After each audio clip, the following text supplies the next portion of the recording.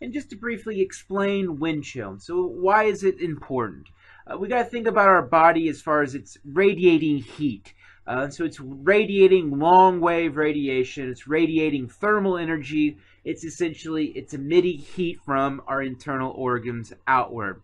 And so what happens with wind chill is wind, especially as wind becomes even faster, accelerates the removal of that heat from our body and from our skin. So that area just above our skin. And so essentially, when we think about wind chill, it accelerates the removal of heat from our bodies, which is why in the wintertime, it's of chief concern. In terms of heat index, what it is when we see high temperatures along with high humidity levels, essentially what it is your body, it sweats and it perspires to try to create evaporation. And so evaporation on our skin, essentially water goes from being a liquid to a gas. And so essentially water on our skin evaporates.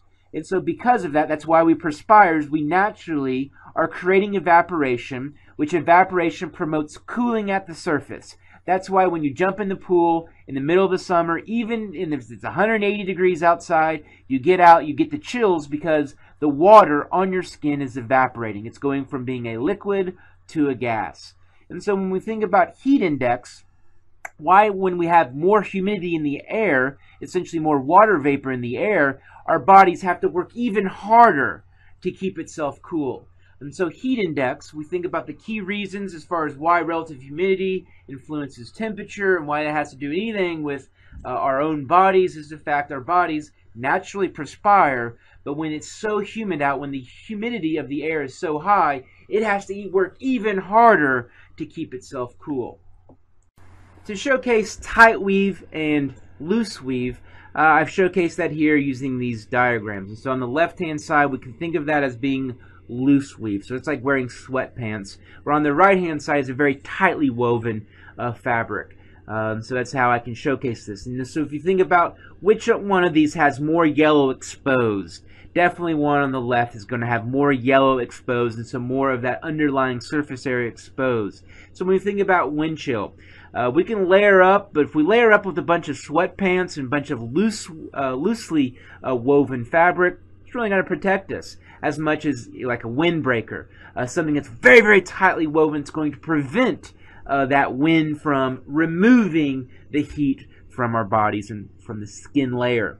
The wind chill and heat index charts are very, very simple to read. So let's go ahead and go through an example here. So we have wind speed of 35 miles per hour, air temperature of 0 degrees Fahrenheit. So we go over here, you look at 35 miles per hour. So you find that at the top, and so it's going to be somewhere in that particular column, the 35 column.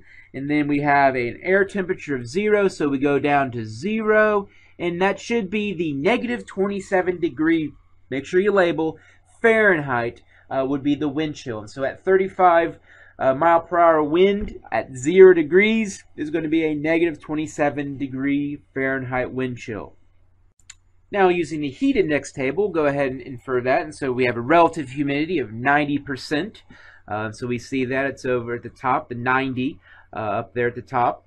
And so then we have a air temperature of 86 degrees Fahrenheit, and so kind of like battleship, so 90, where they meet, 105 degrees Fahrenheit would be the heat index on a day in which the relative humidity is 90% and the air temperature is 86 degrees.